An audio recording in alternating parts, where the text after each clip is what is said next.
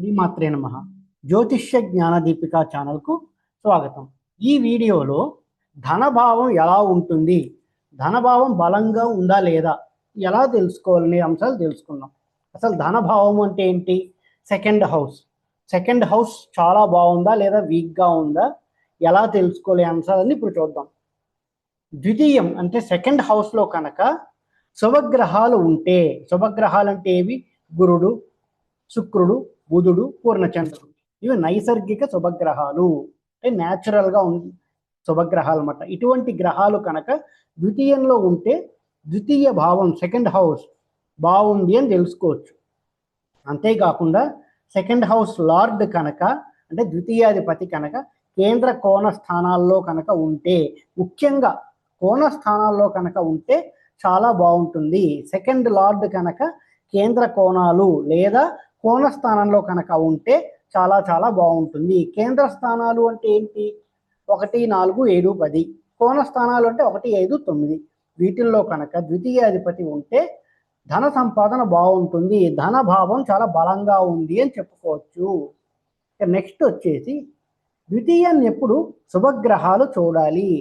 ద్వితీయాన్ని శుభగ్రహాలు చూడాలి. శుభగ్రహాలు అంటే ఆల్రెడీ చూసాం, ఏంటి?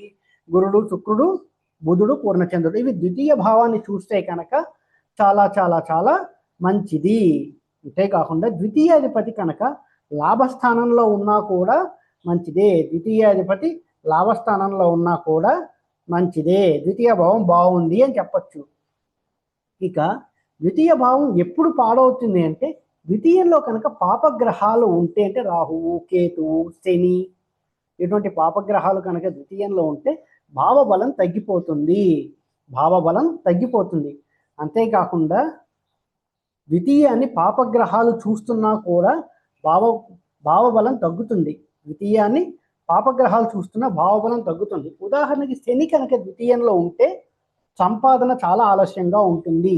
శని కనుక ద్వితీయాన్ని చూస్తూ ఉన్నా కూడా సంపాదన చాలా చాలా ఆలస్యంగా ఉంటుంది. అంటే శని కనుక ద్వితీయానికి సంబంధం పడితే 36 లేదా 38 ఇయర్స్ తర్వాతే సంపాదనలో కాస్త స్టెబిలిటీ అనేది వస్తుందని చెప్పొచ్చు ఈ జాతకులకి. అంతేకాకుండా ద్వితీయాన్ని కనుక పాపగ్రహాలు చూస్తుంటే ఎక్కువగా డబ్బు ఖర్చు అయిపోతూ ఉంటుంది. అంటే ఏదైనా ఆరోగ్యం బాలేక ఖర్చు చేశాను, ఎక్కడో బాగుందని పెట్టుబడి పెడతారు, అందరూ పెడుతున్నారు కదా, వీళ్ళు పెట్టుబడి పెడతారు బంగారము, స్టాక్ మార్కెట్. కానీ వీళ్ళకి లాభాలు రావు, నష్టాలే వస్తాయి. పెట్టుబడి కాస్త బూడిదలో పోసిన పన్నీరు అవుతుంది ద్వితీయంలో కనుక పాపగ్రహాలు చూస్తుంటే. అంతేకాకుండా ద్వితీయంలో కనుక పాపగ్రహాలు ఉన్నా కూడా సంపాదన అంత బాగుండదు అని చెప్పొచ్చు. బట్ అక్కడ చూసుకోవాలి ఆ గ్రహం ఏంటి, వీళ్ళకి యోగకారకమా కాదని. కానీ ద్వితీయంలో ఎంతైనా పాపగ్రహం ఉంటే భావబలం తగ్గుతుంది అని తెలుసుకోవచ్చు. అంతేకాకుండా ద్వితీయాధిపతి కనుక అష్టమ వ్యయ స్థానాల్లో కనుక ఉంటే సంపాదనలో ఇబ్బందులు ఉంటాయి. ద్వితీయాధిపతి కనుక అష్టమ వ్యయాది స్థానాల్లో ఉంటే వీళ్ళకి సంపాదన అంత బాగుండదు, ఇబ్బందులు ఉంటాయని చెప్పచ్చు. అప్పుడు కూడా ధనభావం యొక్క బలం తగ్గిపోతుంది. ఇక ధనభావ బలం ఎలా ఉంటుంది, ఎంత మెజర్ చేయాలి అని చూసుకుంటూ ఉంటే కనీసం 480 పాయింట్లు కనుక వస్తే, కనీసం 480 పాయింట్లు లేదా అంతకంటే ఎక్కువ వస్తే భావబలం చాలా బాగుంది, సంపాదన బాగుంటుంది అని చెప్పచ్చు. అంతేకాకుండా 420 నుంచి 480 వరకు వచ్చాయనుకోండి భావబలంలో పాయింట్లు, సంపాదన యావరేజ్గా ఉంటుంది. 420 కంటే తక్కువ వస్తే సంపాదనలో ఇబ్బందులు ఉంటాయని చెప్పుకోవచ్చు. మరి సంపాదన ధనభావ బలం తగ్గిపోతే సంపాదన బాగుండదా అండి అని అడుగుతారు చాలామంది. అప్పుడు ఏకాదశ భావం కూడా చూసుకుంటూ ఉండాలి. ఏకాదశ భావం కనుక చాలా బాగుంటే సంపాదనలో దాచుకోగలుగుతారు. ఖర్చులతో పాటు దాచుకోవడం అనేది బాగుంటుంది. అటు ఖర్చులు అవుతున్నా ఇటు దాచుకుంటారు అని చెప్పుకోవచ్చు.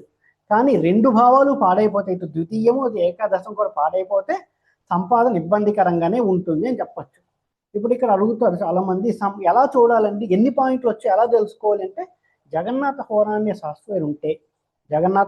సాఫ్ట్వేర్ ఉంటే అందులో భావబలాలు చూసేయచ్చు. మనకి ఎంత భావబలం ఉంది అని చూడొచ్చు. ఇక్కడ మీకు ఎగ్జాంపుల్గా చూపిస్తాను ఎలా ఉంటుంది సంపాదన అన్నది. ఒక ఎగ్జాంపుల్ చార్ట్ తీసుకుని ఎలా చూడాలో కూడా చూపిస్తాను జగన్నాథ హోరాలో.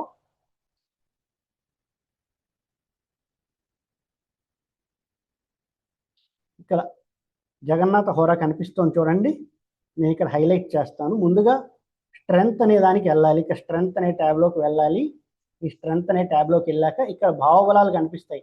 సెకండ్ హౌస్ ఇక్కడ చూడండి 425.97 పాయింట్స్ ఉన్నాయి. అంటే భావబలం పర్వాలేదు అని చెప్పొచ్చు. కొంతవరకు సంపాదన బాగుంటుంది. 11th హౌస్ కూడా చూసుకుంటూ ఉండాలి.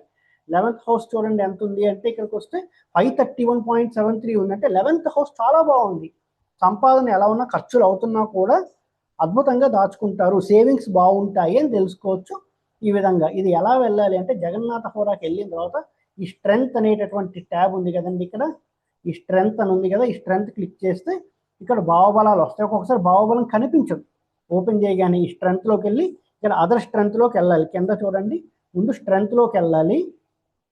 ఆ కిందకు వచ్చారనుకోండి అదర్ స్ట్రెంగ్త్లోకి వెళ్ళాలి. ఇక్కడ నేను ఇక్కడ హైలైట్ చేస్తున్నాను చూడండి, అదర్ స్ట్రెంగ్త్లోకి వెళ్ళాలి. ఈ అదర్ స్ట్రెంగ్త్లోకి వెళ్తే ఇవి కనిపిస్తాయి. ఒక్కొక్కసారి కనపడకపోవచ్చు. దాన్ని ఏం చేయాలంటే రైట్ క్లిక్ తీసుకుని భావబలాస్ అని ఇక్కడ ఉంటుంది. ఇది సెలెక్ట్ చేసుకుంటే కనిపిస్తుంది భావబలాస్ అనేసి.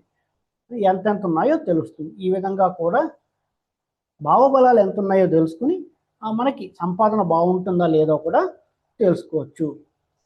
ఈ వీడియో కనుక మీకు నచ్చినట్టయితే లైక్ చేయండి, మీ ఫ్రెండ్స్ అందరితో షేర్ చేయండి.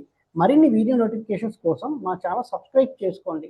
ఎవరైతే నా దగ్గర ఆస్ట్రాలజీ కోసం కన్సల్ట్ అవ్వాలి అని అనుకుంటున్నారో ఈ స్క్రీన్పై కనిపిస్తున్న నెంబర్కి వాట్సాప్ ద్వారా కాంటాక్ట్ చేస్తే ఆన్లైన్లోనే ఆస్ట్రాలజీ కన్సల్టేషన్స్ తీసుకోవడం జరుగుతుందండి. కన్సల్టేషన్ ఛార్జెస్ వర్తిస్తాయి. ఓం నమో నారాయణ.